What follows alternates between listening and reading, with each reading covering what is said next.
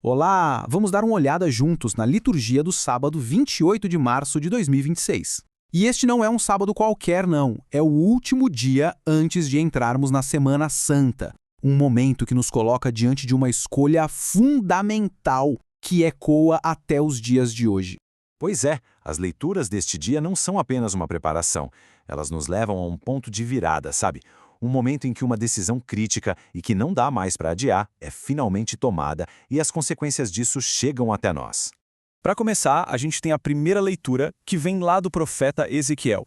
E ela já chega com uma base de muita, mas muita esperança. É a promessa que Deus faz diretamente ao seu povo.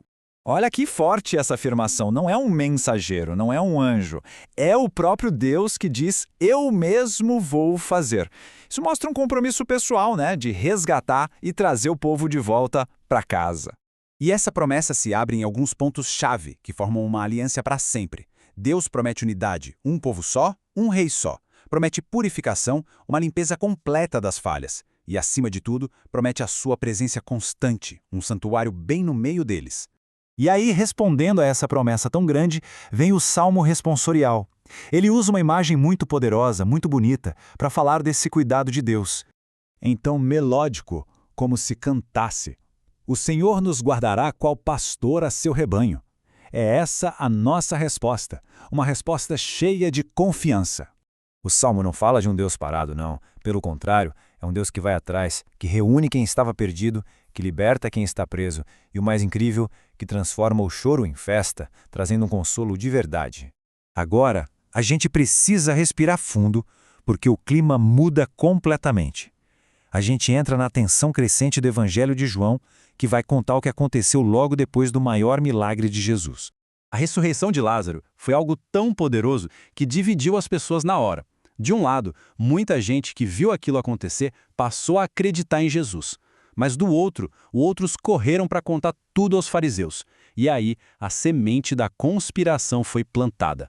E aqui a gente vê o desespero das autoridades. A pergunta deles, que faremos, não é sobre a verdade do milagre, mas sobre poder. O medo deles era puramente político. Se a gente deixar, todo mundo vai acreditar nele e nós vamos perder o controle. E é nesse momento que Caifás, o sumo sacerdote, solta a frase que define tudo. Ele fala por interesse político, para salvar a própria pele e a posição deles, mas sem saber, ele está profetizando o plano de Deus para a salvação de todos. É uma ironia tremenda, né? E pronto. A partir daquele dia, a decisão estava tomada. Não era mais só uma ideia, uma fofoca. Virou um plano oficial. A morte de Jesus estava decretada. E é aqui que a história deles vira uma pergunta para nós. O dilema que aquelas autoridades viveram há 2000 anos ecoa dentro do nosso coração hoje. A pergunta é essa: o que é mais importante? O nosso lugar, nosso status, nosso conforto ou Deus? Eles escolheram o poder, a segurança que já conheciam. E a gente, no nosso dia a dia, o que tem colocado em primeiro lugar? É exatamente esse o conflito pessoal. É a briga diária entre a vida que a gente já leva, com os nossos confortos, os nossos apegos, até os nossos vícios, e a vida que Deus nos chama a ter. Uma vida de liberdade que, claro, exige mudança, exige conversão. Toda essa reflexão é uma preparação para a grande escolha que vai ser gritada na Sexta-feira Santa. Aquela escolha que a multidão teve que fazer ali na hora. De um lado, Jesus, que é a proposta de uma vida nova, de um amor que transforma tudo. Do outro, Barrabás. Barrabás não é só um homem, ele vira um símbolo de tudo aquilo que a gente escolhe no lugar de Deus. O nosso egoísmo, a nossa raiva, o nosso jeito de querer resolver as coisas na força. E o mundo muitas vezes continua gritando: solta Barrabás! Aí fica a pergunta para a gente. Será que estamos preparados para um Deus que chega para virar a nossa vida de cabeça para baixo? Para transformar de verdade? Ou a gente prefere que as coisas fiquem como estão, mesmo que isso signifique dizer não para a vida que ele oferece? Mas, olha, essa reflexão não é para a gente ficar se sentindo mal. Pelo contrário, o foco da conversão não é o que a gente foi de ruim, mas o que a gente ainda pode se tornar de bom.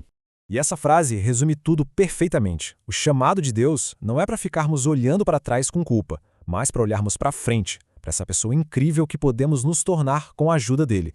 Então, com a Semana Santa batendo na porta, a pergunta final fica no ar. Estamos mesmo dispostos a essa conversão?